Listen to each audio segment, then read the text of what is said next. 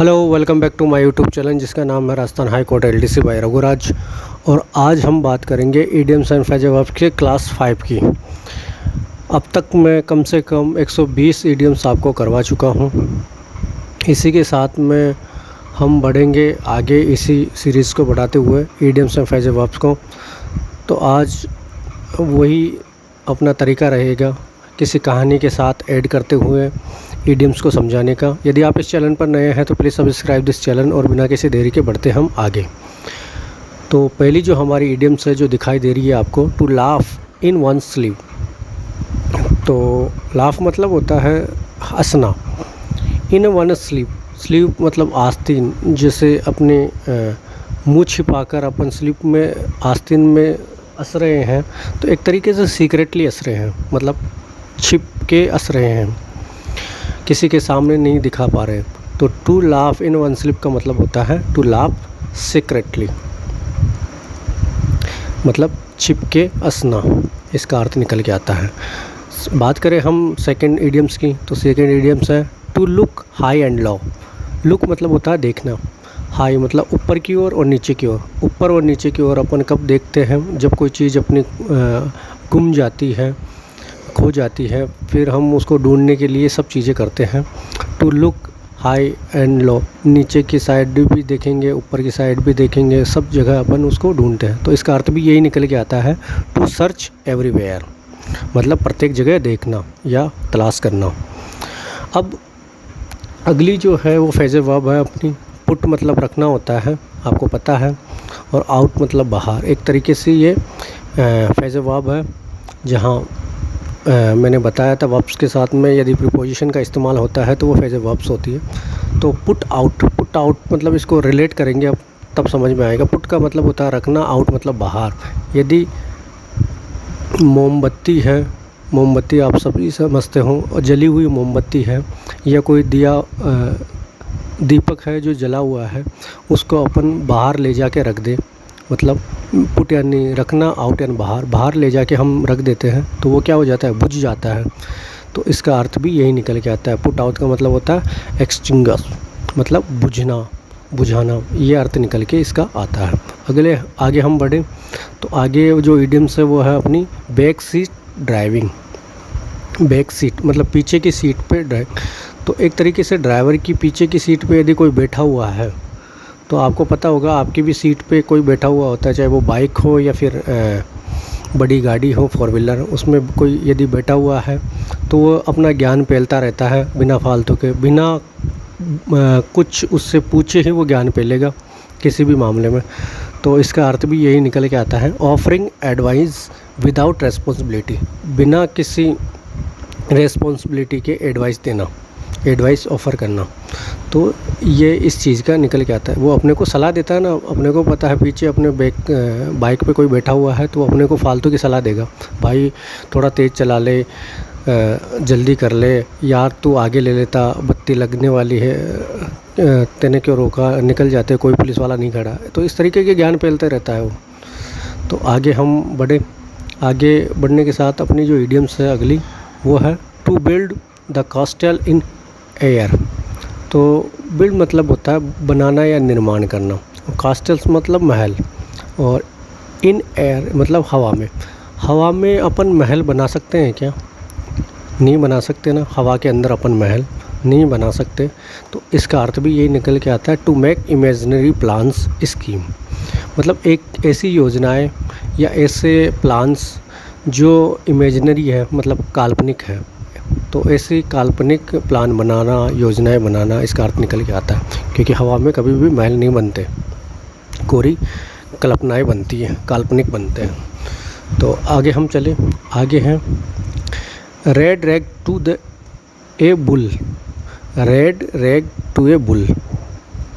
तो रेड मतलब होता है लाल, रैग मतलब होता है चीथड़ा।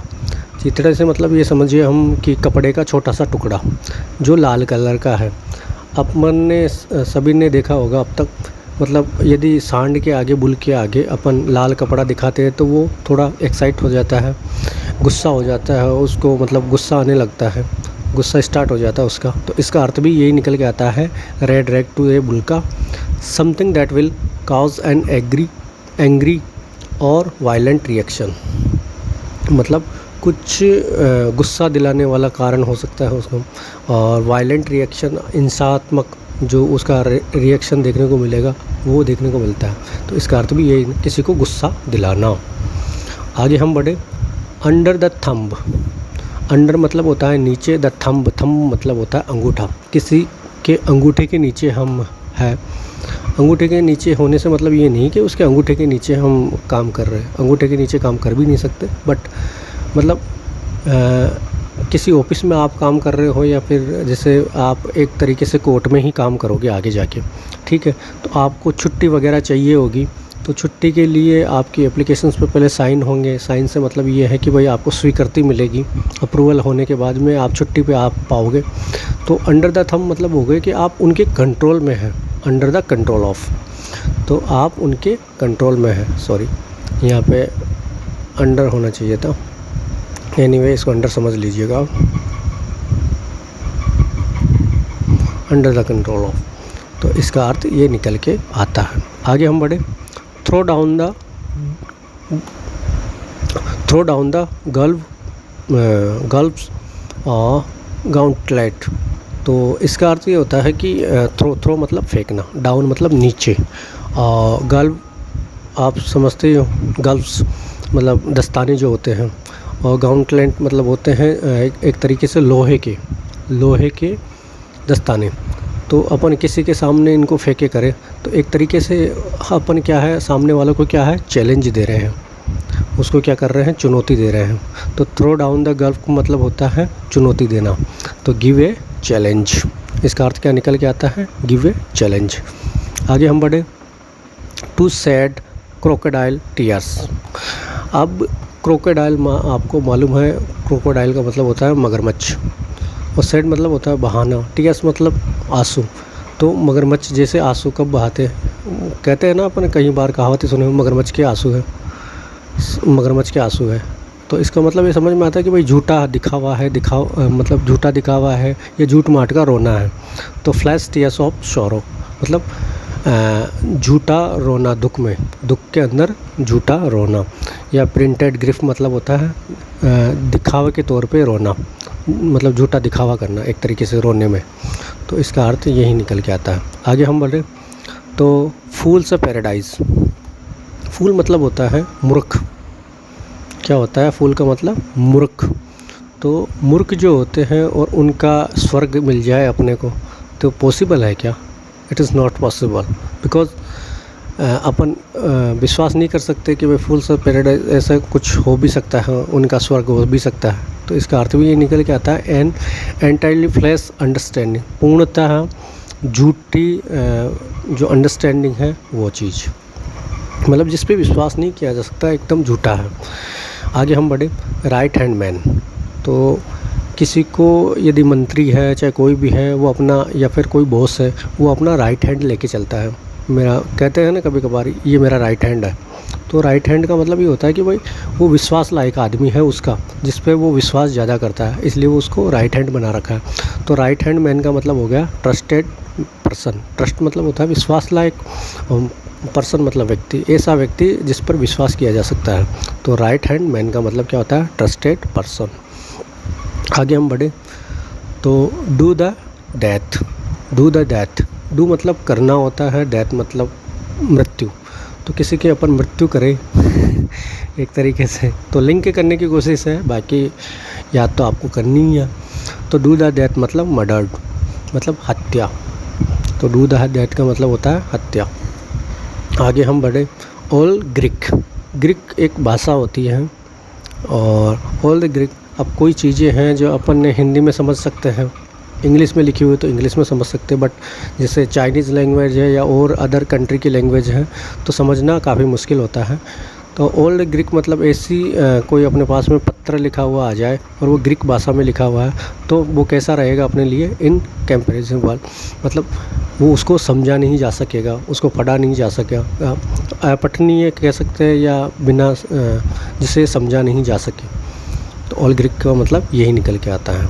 आगे हम बढ़े, सिंक और स्विम। सिंक मतलब होता है डूबना, और स्विम का मतलब होता है तैरना। एक जो डूब भी जाए और तैर भी ले, मतलब एक तरीके से वो फेल भी है और सक्सीड भी है, मतलब असफल भी है और सफल भी है। तो इसका अर्थ निकल के आता है फेल और सक्सीड। आगे हम बढ़े, to cut the Gordian not.